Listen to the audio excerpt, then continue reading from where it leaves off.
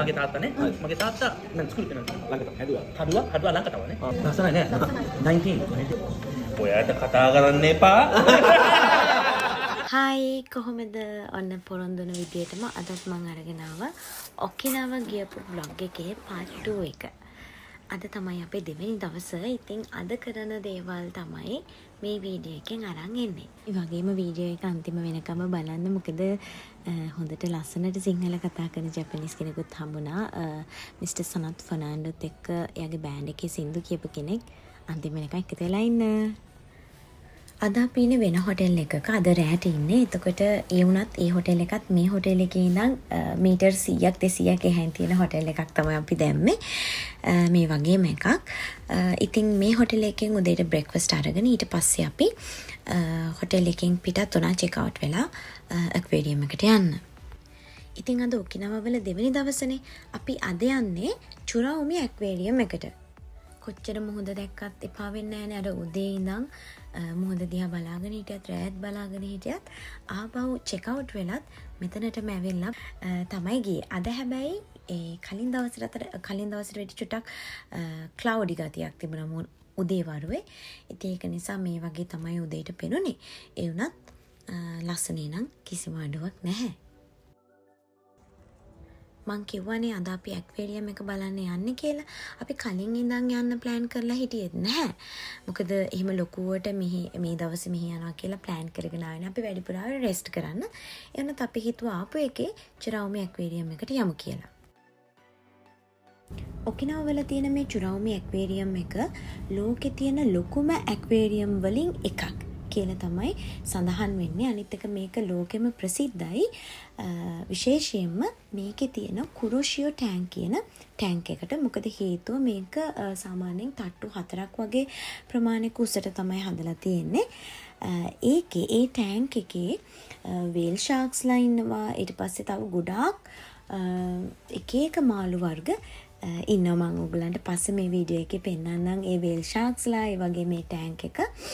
ඉතින් අන්න ඒක නිසා හරිම එච්චර ලොකුවට ලොකුම විදිහට මේ පේන්න හදලා තියෙන ටැංක් එකක් නිසා හරිම ලස්සනට අපි අර මුහුදට බහින්නේ නැතුව මුහුද ඇතුලේ ඉඳන් ඩීප් සී එක බලනවා වගේම අපිට හොඳ ලස්සනට කොරල්ස් ඊට පස්සේ එක මාළු වර්ග ලොකු මාළු පොඩි මාළු එක තව ඕෂන් ස්පෙෂීස් ගොඩාක් අපිට මේකේ බලා ගන්න පුළුවන්. ඒක නිසා මම ඔකිනාවා චුරාඋමි ඇක්වේරියම් එකට කලින් ගිහිල්ලා තියෙනවා.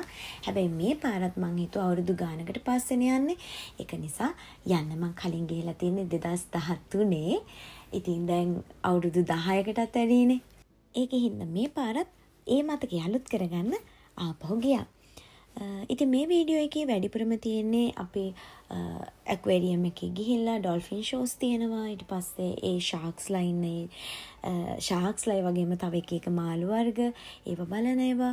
ඊට පස්සේ අපි රැට අපිට හම්බුණා තව කට්ටියක්. ඉතින් ඒගොල්ලන් එක්ක ටයිම් ස්පෙන්ඩ් කරන විදිය තමයි අද මේ වීඩියෝ එකෙන් අරන් එන්නේ. අනිවාර්යයෙන්ම බලාගෙන ඉන්න. අපි යන වෙලාවෙම වගේ ඩොල්ෆින් ෂෝ එක තිබුණ නිසා අපි ඉක්මනට ටිකට් ගත්ත ගමන් කරේ ඇතුළට යන්නේ නැතුව ඩොල්ෆින් ෂෝ එක බලන්න ගියා. මම ටිකක් කටපියාගෙන ඉන්නම්. එතකොට ඩොල්ෆින් ෂෝ එක උගලන්ටත් බලන්න පුළුවන්නේ. පුළුවන් ප්‍රමාණය මම වීඩියෝ කරලා දාගත්තා. හැබැයි මේ පාර මම වීඩියෝ කරලා තියෙන විදිය චුට්ටක් වැරදි. ඒක නිසා සමහර වීඩියෝස් එච්චර ක්ලියර් නැති වෙන්නත් පුළුවන්. බලන් ඉන්නකෝ.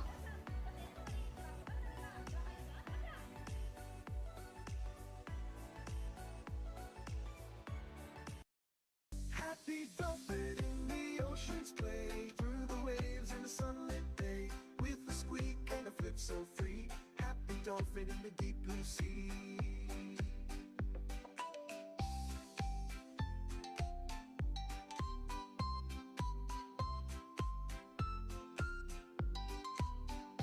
With the dance of fins and a twirl so sweet, a dolphin friend in a watery feet. The seaweed waltz and the coral maze, and the ocean's wonder our dolphin sways. Bring it to the surf in the sun's caress, in the world of happiness, a realm of finesse. With every jump and every splash, our dolphin friend in the joy.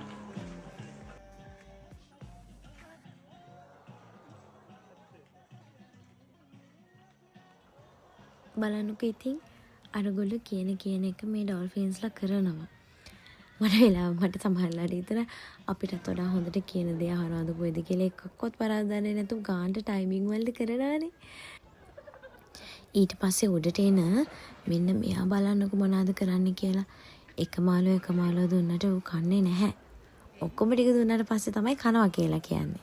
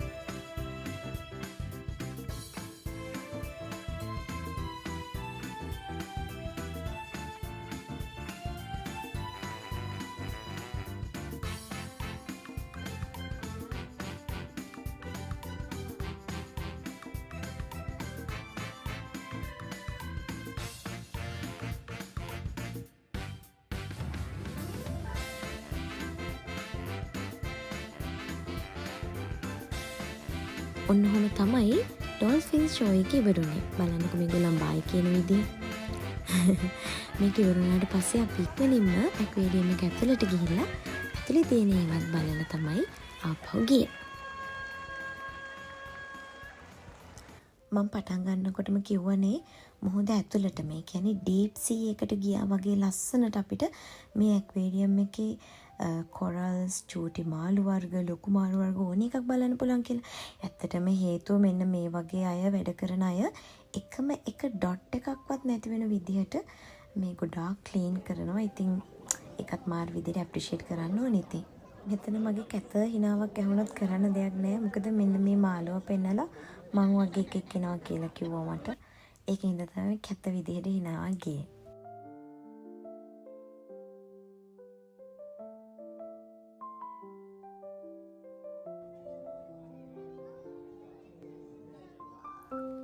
ඇත්තටම ඉතින් ඔකිනාවා ගියොත් නම් අනිවාර්යයෙන්ම යන්න මෙතනට. මොකද එහිම ඔන්නවල ඉඳන් වුණත් නගෝවල ඉඳන් වුණත් ඔකිනාවා වලට ගියොත් මේන්ලෑන්ඩ් එකේ ඉඳන් ලොකු දුරක් යන්න නැහැ මේවට යන්න. අනිත් එක ටිකට් එකේ ගාන උනත් 2000 ගාණක් වගේ යන්නේ කෙනෙකුට.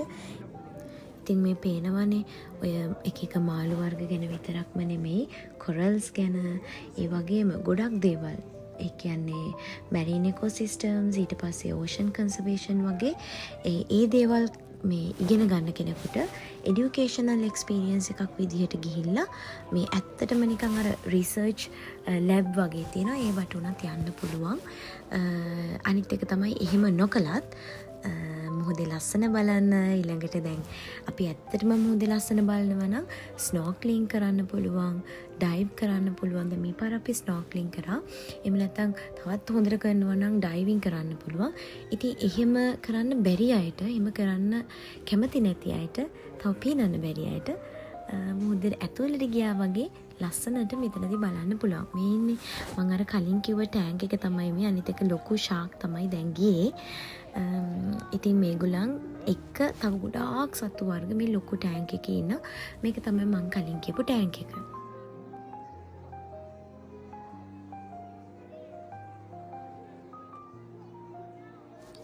පේනවනේ මෙහෙම තිබුණාට මේ ටැංක් එක ගොඩාක් ලොකුයි. අනිත් එක හරිම ක්ලියර්. දැන් මෙහෙම මම අනිත් එක වීඩියෝ කරේ කෙලින් වර්ටිකල් විදියට. ඉතින් දැන් පොඩක් මම ඒක එඩිට් කරලා තියෙන්නේ. ඒක නිසා ගොඩාක් ලස්සන ක්ලියර් විදියට පෙන්න ගන්නත් අමාරුයි. අනිත් එක මෙහෙම මම රෙකෝඩ් කරනවට වැඩිය ඇස් දෙකෙන් බලනකොටනේ ලස්සන. ඉතින් යන්න පුළුවන් කෙනෙක් නම් අනිවාර්යයෙන්ම ඔකිනාවා ගියොත් මෙතනට යන්න. මොකද හරිම ලස්සන මාළු වර්ග ගොඩක් රෙයා සත්තු ගොඩාක් මේකේ ඉන්නවා. මේ යන මං ආසම මාළු මට මෙයාව යටින් දැක්කම පේන්නම hina වෙනවා වගේ. ඉතින් මම හරියම ආසයි එයාට. අපි ඊට පස්සේ ඇතුළේවත් බලලා එළියට ආවා. ඊට පස්සේ තවත් බලනවා නම් තව ගොඩාක් ටර්ටල්ස්ලා තව ගොඩාක් ඒරියාස් තිබුණා. අපි එකක් දෙකකට ගියා. හැබැයි හැම එකටම ගියේ නැහැ. මොකද කලිනුත් ගිහිල්ලා තියෙන නිසා මේ ටික තමයි අපි මේන්ලි බැලුවේ. ඊට පස්සේ එළියට ඇවිල්ලා පොඩක් බැලුවා මෙතන මොනවා වගේ කෑමද තියෙන්නේ කියලා. ඊට පස්සේ එහෙම අපි දෙන්නට ඒ ටයිම් එකේ මූඩ් එකේ කන්න දෙයක් මෙතන සෙට් උනේ නැහැ. ඒක නිසා අපි එහෙමම යන ගමන් ලන්ච් ගත්තා. ඊට පස්සේ එතකොටත් 3ට වෙලා තිබුණ නිසා අපි එහෙමම හොටෙල් එකට තමයි එදා ගියේ. දැන් අපි ලන්ච් අරගෙන කෙලින්ම යන්නේ හොටෙල් එකට. මොකද අපි දෙන්නගේ මේන් ටාගට් එක උනේ ඇවිදිනවට වඩා රෙස්ට් කරන එක. කොහොම හරි ඔන්න අපි අපේ අද ඉන්න හොටෙල් එකට ආවා. අපි අද ඉන්නේ කණහිඳේ කිත්සේ බීච් පැලස්. කියව ගන්නත් බෑ. කණහිඳේ කිසේ බීච් පැලස් එකේ කිසේ බීච් එක ඉස්සරහා තමයි මේ රිසෝට් එක තියෙන්නේ. ඉතින් අපි මේකට ආවා 3:00 වගේ වෙනකොට. අපේ රූම් එකට යන්න කලින් මේ ලොබි එකේ හොටෙල් ලොබි එකේ ඉඳන් ගත්ත වීඩියෝ එකක් තමයි මේ තියෙන්නේ.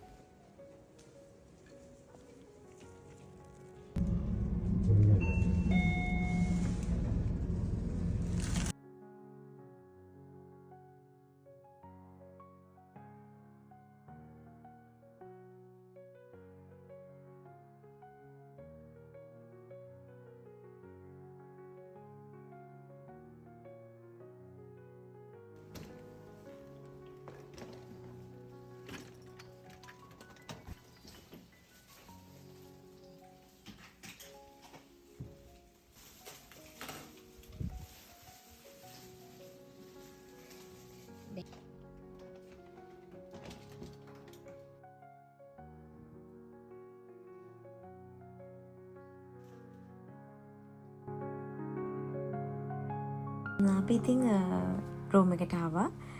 අදත් මම දැම්මේ කලින් දවස වගේම බීච් ෆ්‍රන්ට් හොටෙල් එකක්. මොකද මං කලින් කිව්වා වගේම අපේ ටෝකියෝ වගේ බිසි ඒරියා එකක ඉඳන් මේ වගේ තැනකට ආවට පස්සේ හැමතිස්සෙම මුහුද දිහා බලාගෙන ඉන්න තියනවා නම් ඊට වඩා දෙයක් නැහැනේ.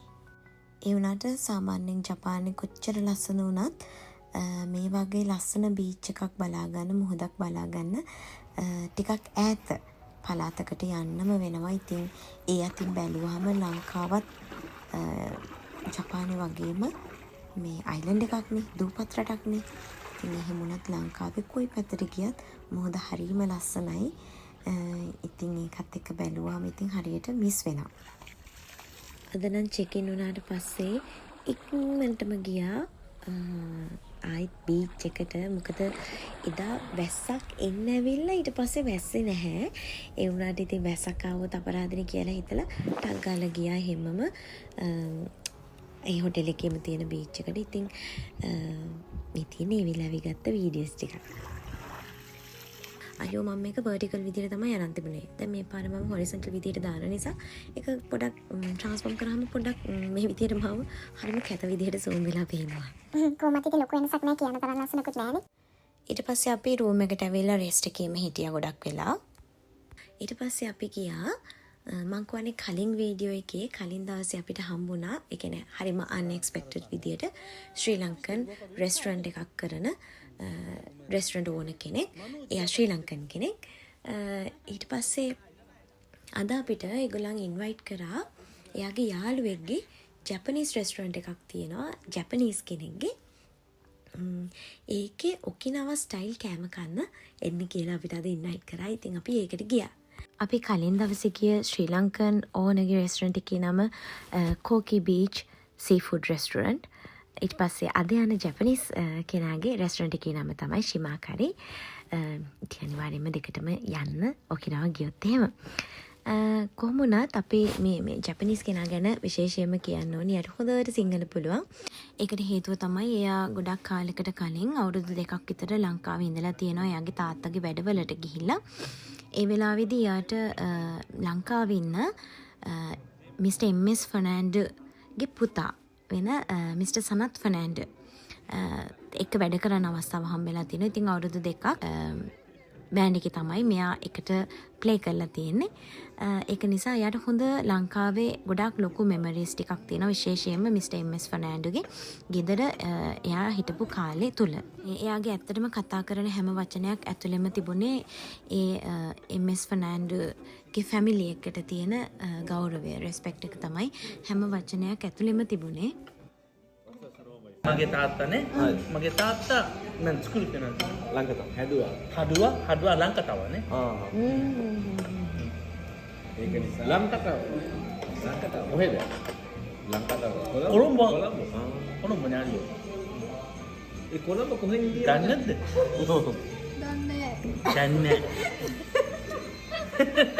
මම පොඩි පොඩි මඩි ලස්සනයි නේ මචං. අලුත් ළමයි. ලස්සනයි නේ 19 පොඩි නේ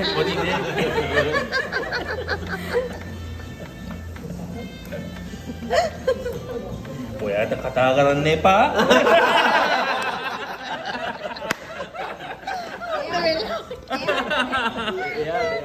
එයාට කතා කරන්න එපා නේද? මම පොඩි මචං. පොඩි නේ. පොඩි මන්දි නේ. But they love to do that. With the band.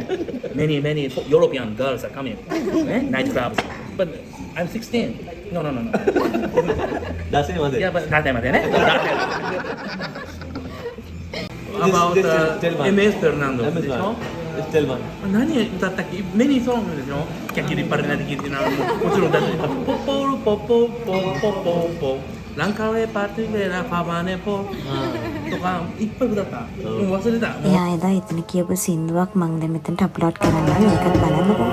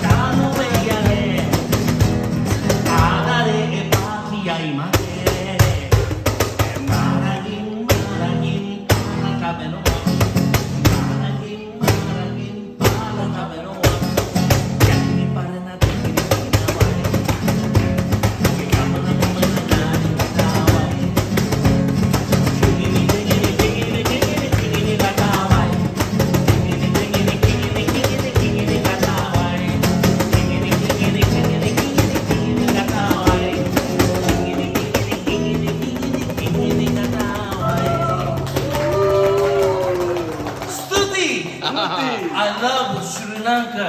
පේනවා නේද කොච්චර ෆ්‍රෙන්ඩ්ලිද කොච්චර හොඳයිද මේ අය කියලා. දැන් මේ අපිට එයාට හම්බෙන් වගේ මිස්ටර් සරත් වනන්දුව හම්බෙන විදිය තමයි එක්ස්ප්ලেইন කරන්නේ. Beach. And the one guy that playing the guitar, singing. That because I'm a guitar player, I'm seeing him. He showed me and he said, come. I play guitar. Oh, you're so play good. I have a band, so please come. We have a next practice. So the first time we have a contact. Now not cell phone, no cell phone time.